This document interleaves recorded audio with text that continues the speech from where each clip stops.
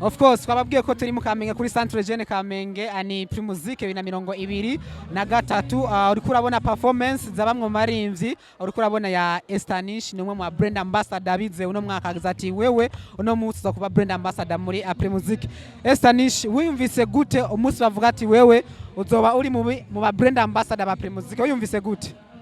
Ni umunezero udasanzwe initeka ridasanzwe kugira ngo twizegwe n'ishiramwe Brarudi kandi warushe mu maso naka umuntu arushe atari mutwarura wewe izo ngendo umva ko nije umengo yacikagurika izo ngendo Kirundo Ruyigi Gitega urumva abasigaho ewana akazi n'akazi mtu wangu ni hamwe nyene muririmbyi ni nk'umusirikare mu rugamba aho rukamvye niho ukorera kuri tete rero je nabikunze cyane kandi ndashimira Primusi barakoze cyane kutwizera no kuduhereza ngo bakabona ko turi abantu b'intwari tuzoshobora kuzunguka mu izo ntara zose. Imyaka myinshi twabonye ari Fizo Sarbi muguno mwaka bavuze ati reka dushiremwo abandi kandi uriko uraraba menshi feedback no bavuga ko je turamaze gutembera na hose abantu ni babandi nyene kwa kunde nyene byerekana ko namwe hari fan base nini mufise ntwari bwaguruzunguke ndibaza igihugu cyose ni kihe kintu umaze kubona? Bon kintu nabonye nuko icyambere hari gihe ugenda mu ntara utaruzi ngo ino ndimbo barayizi par exemple nk'ubu nk'indimbo zanye ziri muri ipi nshasha sinenzi ko zimaze gushika ruguru wapi bwiya navuze ati reka umunsi umwe naragerageze ngerageze numviza ko akantu kotoka nkitangura nguru w'indoto zanje mbona baritabire ngo nahoze hagati ibya bintu birakomeye rero n'akantu nabaye surprise nako naswe kurira kuri stage hama ikindi naco rero ko tuba twiteze umengo ntibaza kutumenya naza kugira gute masura bashaka kufisa abafana kwa ni kure y'igihugu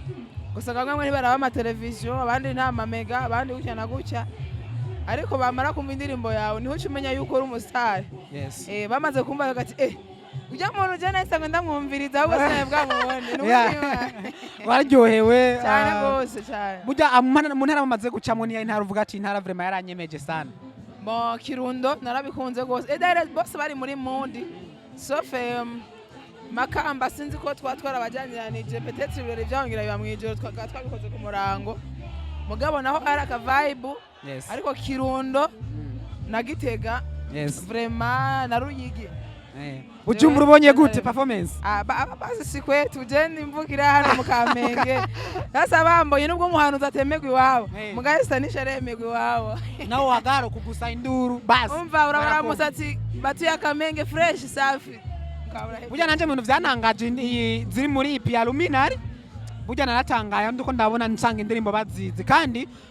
ubuheruka twe twarakoze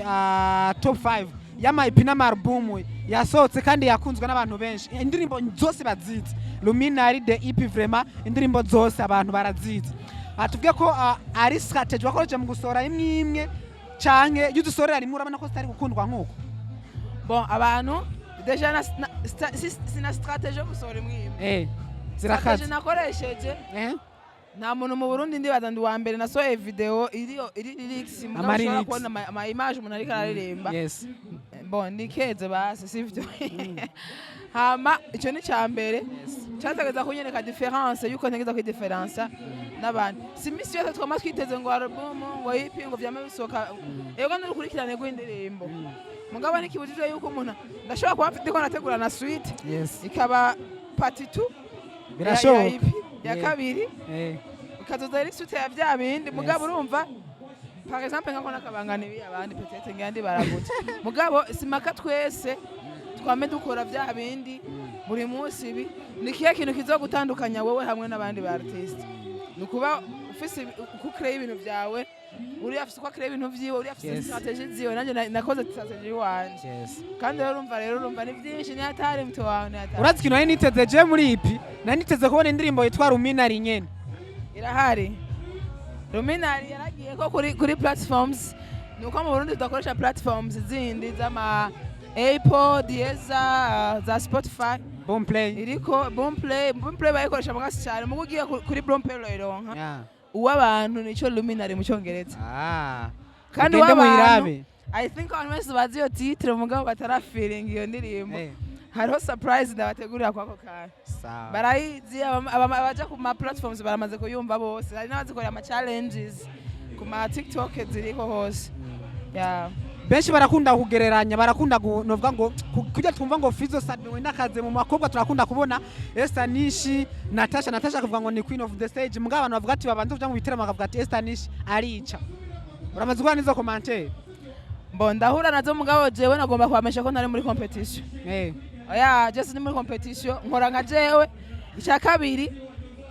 sinkora kugira ngo ndondere izina ry'ubustar abo nkora kugira kuko jewe nishimira kuba ndi mu best farmer mu best artist azi vyakora mugasi ndi muri competition kuko agafu kanje ninakinjiza ninakora nkakora amashira akanyizera akanyihera agafu jewe mba numva satisfied ivyo vyo kugwanira izina ni kimwa I'm not there gwanira iki agwanira agafu ubundi tugwanira amazina mugajewe I'm not there kabisa jewe gwanira agafu aho kari niho twirukana ati ewa jewe nshira kuri stage ndakora ico nshoboye set kimwe na maze kubona ama performance tandukanye n'abandi ni bake tukunda kubona batwara aba dancer mugaye Esther Nish namusi yavuze ati reka agenda abatware ndafise team Nish yitwa team Nish ni mama team na ba dancers banje mwabonye babiri mugabo irashika team y'abantu barenga 10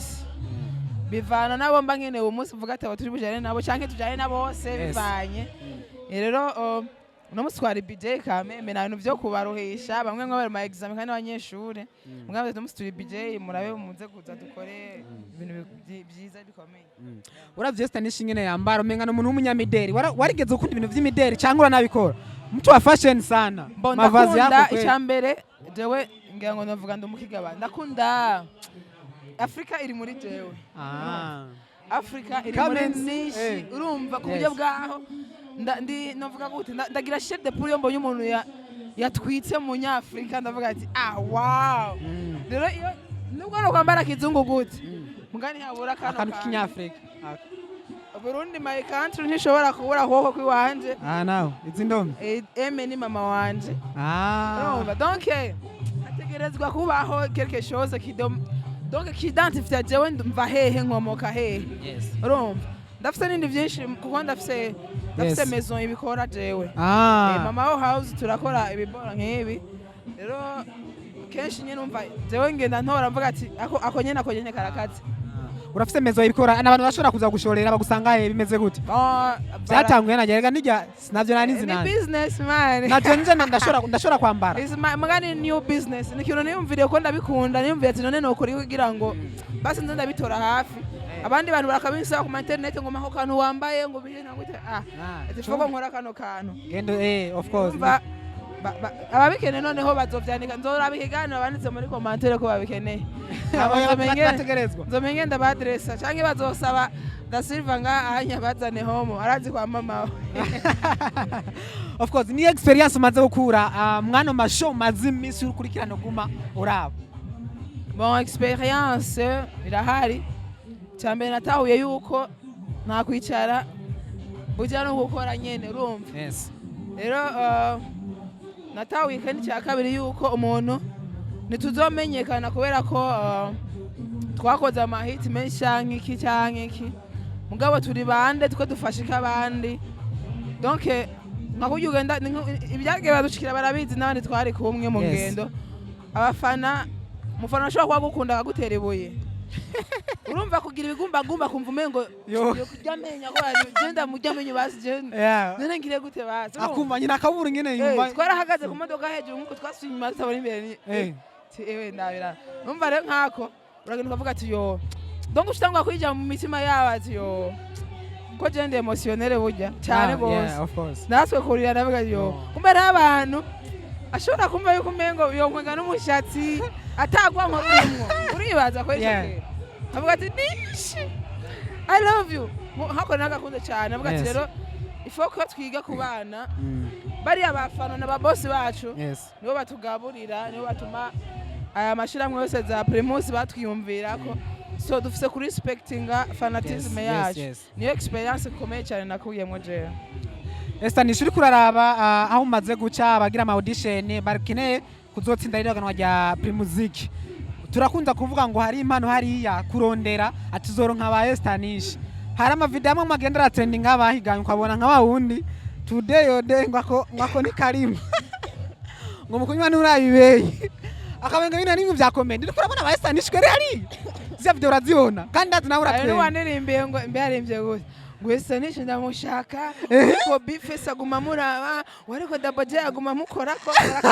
irakamuye raje kanje Dena Romeo kweri urabona ba Esther Nish hariya turavye byo twereka cyane yabarimwo uretse ko ha trending ama insolite kenshi barimwe je mba ndababona kandi ndavyishimira gose urabona yuko ari abantu bagwanira za 30 million bariho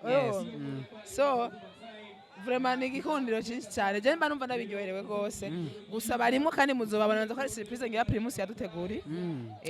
ndabona uro narushe n'umwanya sa nukuragenda kumbure tunakureke akugira ngo ugende uruhuke byinshi tuzobandanya tuganira ndazi niyo mayipi tuzoshobora kubona ikindi ubuvuba umva navyo novugira hano wo tuzohura ndakuradio ndakuzaniye muziki ndagushimiye safi sana ndazi kwarushe power of course ntiwibagire subscribe